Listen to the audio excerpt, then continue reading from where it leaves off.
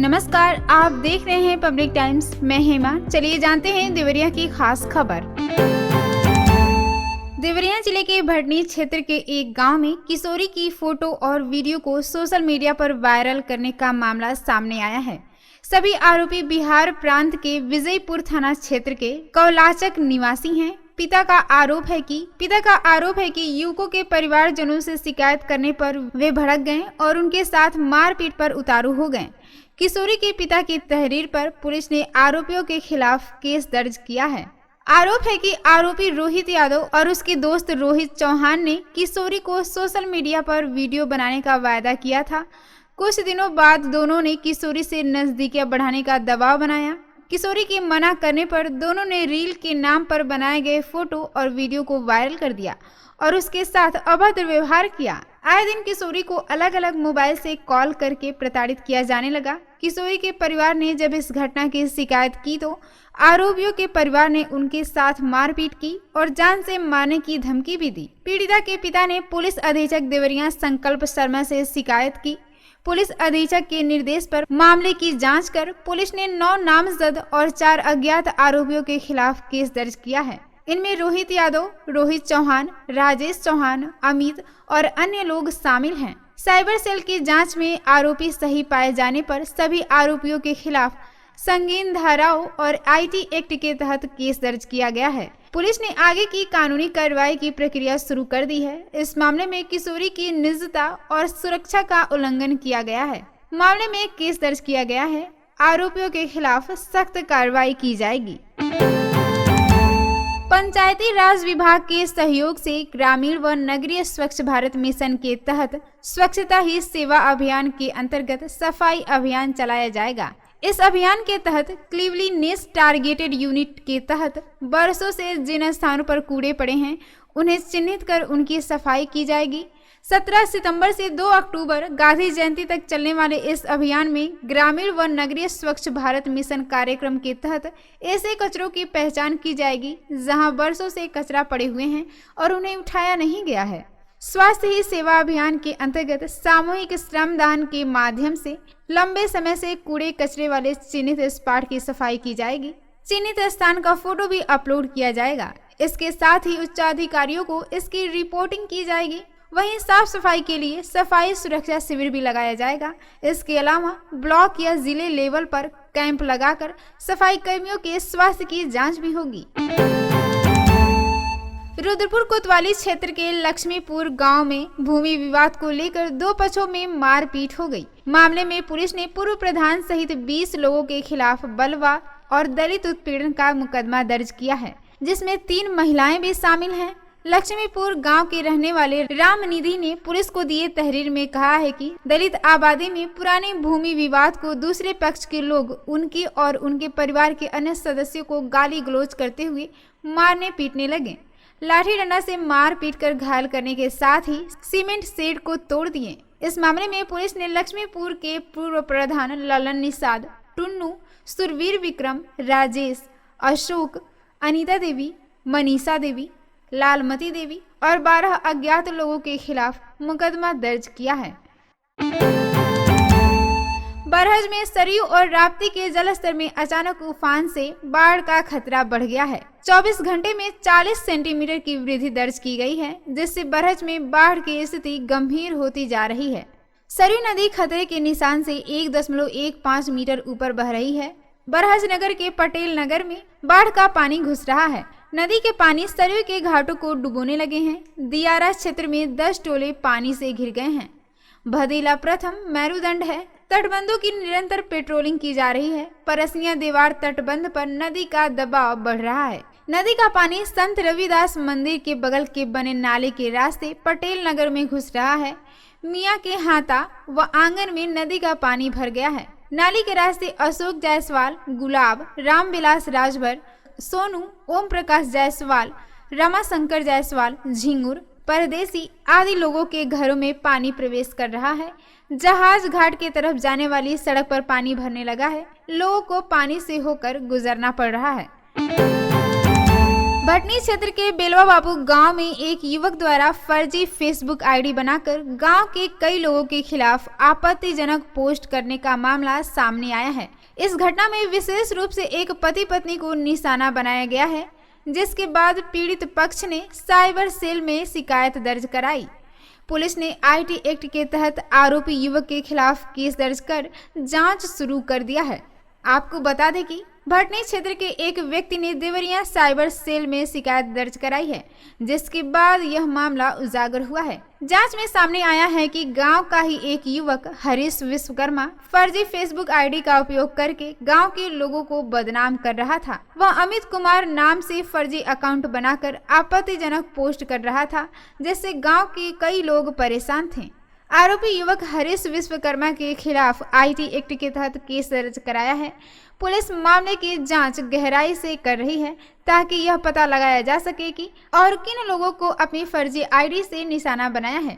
आरोपी युवक के खिलाफ साइबर सेल में शिकायत दर्ज कराई गई है। फर्जी आईडी बनाकर आपत्तिजनक पोस्ट करने के मामले में गांव के ही एक युवक शामिल है। फिलहाल केस दर्ज कर जाँच की जा रही है। NH 227A देवरिया बाईपास से प्रभावित किसानों द्वारा 23 सितंबर को डीएम कार्यालय पर किसान महापंचायत होगी। इसे सफल बनाने को भारतीय किसान यूनियन द्वारा बेहतालपुर क्षेत्र के बरारी, संझवा, ईटवा, गुडरी और भूमि बचाओ संघर्ष समिति द्वारा मुंडेरा बुजुर्ग, अहिलवार बुजुर्ग में प्रभावित किसानों के बीच जन जागरूकता अभियान चलाया गया। इसमें भारतीय किसान यूनियन के पूर्वी उत्तर प्रदेश उपाध्यक्ष विनय सिंह सैथवार ने कहा कि बिना संगठित हुए किसान अपनी लड़ाई नहीं लड़ पाएंगे। किसानों को 23 सितंबर को आंदोलन में भाग लेना होगा। भाकियू जिला अध्यक्ष गिरीश नारायण शाही ने कहा कि अब समय आ गया है कि किसान अपने अधिकारों को लेकर सड़क पर संघर्ष करें। किसानों की लड़ाई में पूर्वांचल के कई जिलों से किसान यूनियन के कार्यकर्ता भाग लेंगे। भूमि बचाओ संघर्ष समिति के संयोजक अजीत त्रिपाठी ने मुंडेरा बुजुर्ग व अहिलवार बुजुर्ग में भ्रमण के दौरान कहा कि 23 सितंबर का आंदोलन ऐतिहासिक दिन होगा। जमीनों का बिना 2/3 अर्थात 67% की कटौती किए 4 गुना मुआवजा नहीं मिला तो कोई भी कुर्बानी देने को तैयार रहेंगे। इसमें सुग्रीव मिश्रा, लाल प्रताप सिंह, कृष्णकांत सिंह, अजय मणि त्रिपाठी, राजेश कुमार सिंह, मनीष सिंह, अतुल सिंह, अभिमन्यु मल, दीनानाथ यादव, लालमन यादव, राम जन्म यादव, राम सूरत सिंह, अमित गुप्ता, लालमन यादव, सुनील यादव, अजय कुमार सिंह, शिवाजी चौहान और नीरज शुक्ला इत्यादि लोग मौजूद रहे। जिले के परिषदीय विद्यालयों में छात्रों को तकनीकी और रोजगार परक शिक्षा देने के लिए सरकार के निर्देश पर बेसिक शिक्षा विभाग 41 तकनीकी अनुदेशकों की भर्ती करेगा। लर्निंग बाय डूइंग कार्यक्रम के तहत छात्र और छात्राओं को तकनीकी ज्ञान का पाठ पढ़ाने की तैयारी विभाग पूरी कर चुका है। इसमें पहले चरण में चयनित स्कूलों में एक तकनीकी अनुदेशकों की तैनाती किया जाएगा। राष्ट्रीय शिक्षा नीति 2020 के प्रावधानों के अनुरूप विद्यालयों को कौशल केंद्रों के रूप में विकसित करने का निर्णय किया गया है। इसके प्रथम चरण में जिले के प्रत्येक ब्लॉक और नगर क्षेत्र के 2 उच्च प्राथमिक व कंपोजिट विद्यालयों का चयन किया गया है, जहां पर लर्निंग बाय डूइंग कार्यक्रम के तहत प्रथम चरण में जिले के 34 उच्च प्राथमिक और कंपोजिट विद्यालयों को चयन किया गया है। इसके साथ ही 9 पीएम श्री विद्यालयों का चयन किया गया है, जिसमें कुल 43 विद्यालयों में एक अतिरिक्त कक्ष को आरक्षित किया गया है, जिसमें प्रयोगशाला स्थापित किया जाएगा।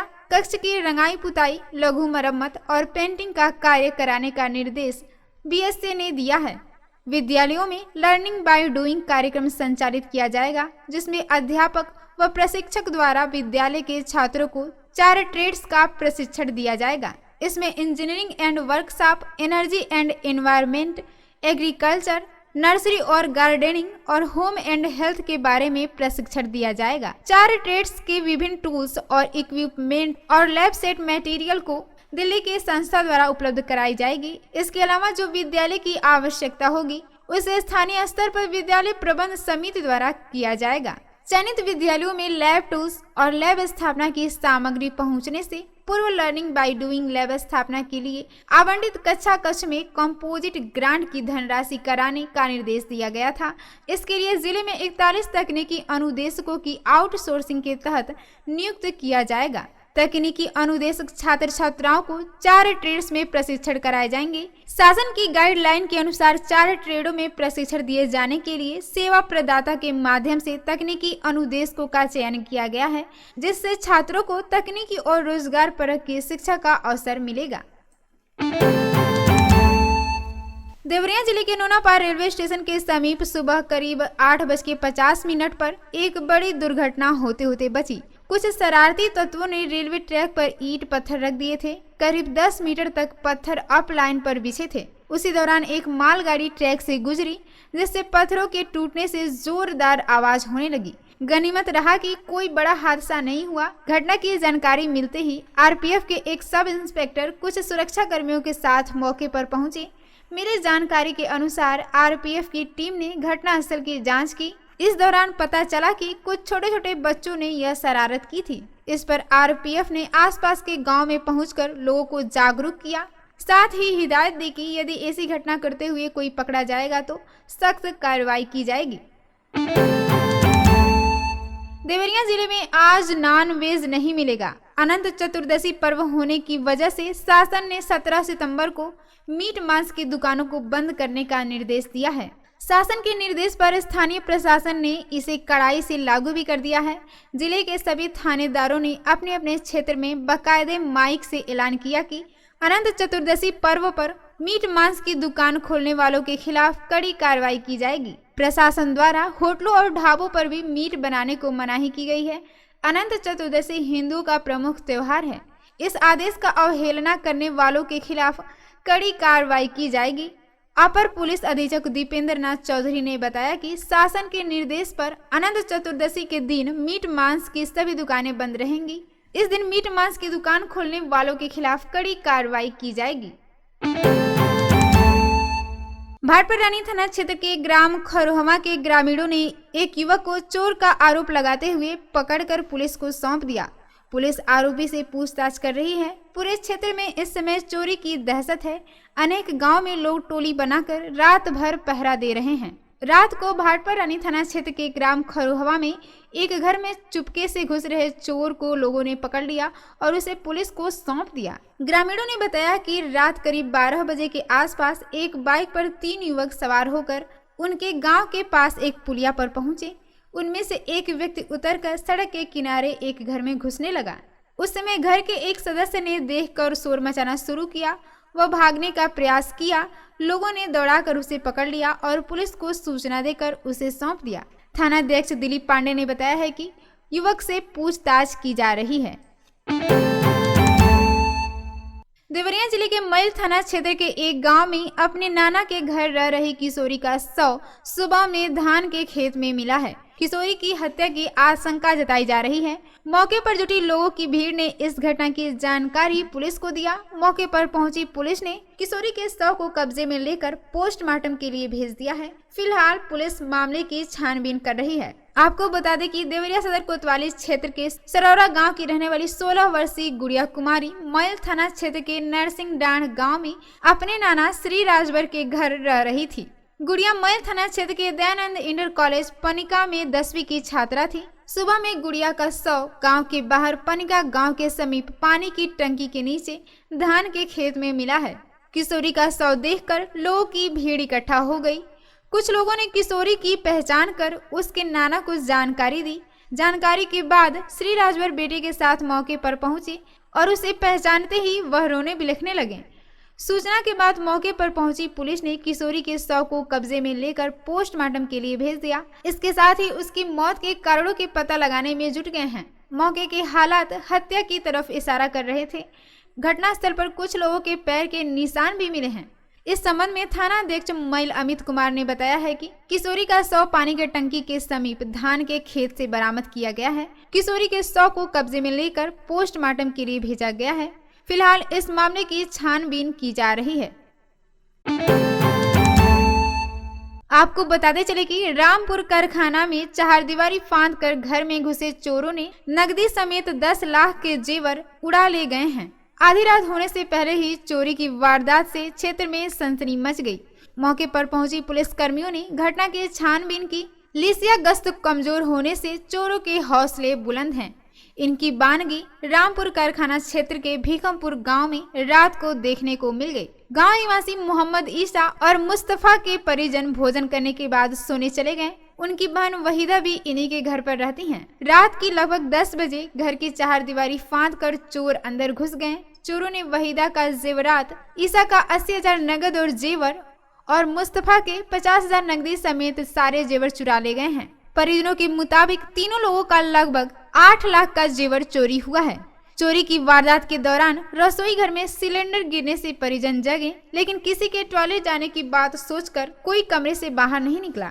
इधर चोर आसानी से नकदी जेवर चुराकर फरार हो गए। बाद में एक महिला ने चारदीवारी के पास बांस का फाटक खुला देखकर शोर मचाया। वारदात की जानकारी मिलते ही परिजनों के होश उड़ गए। उन्होंने रामपुर कारखाना पुलिस को जानकारी दी। 2 सिपाही रात को ही मौके पर पहुंचे और घटना की छानबीन की।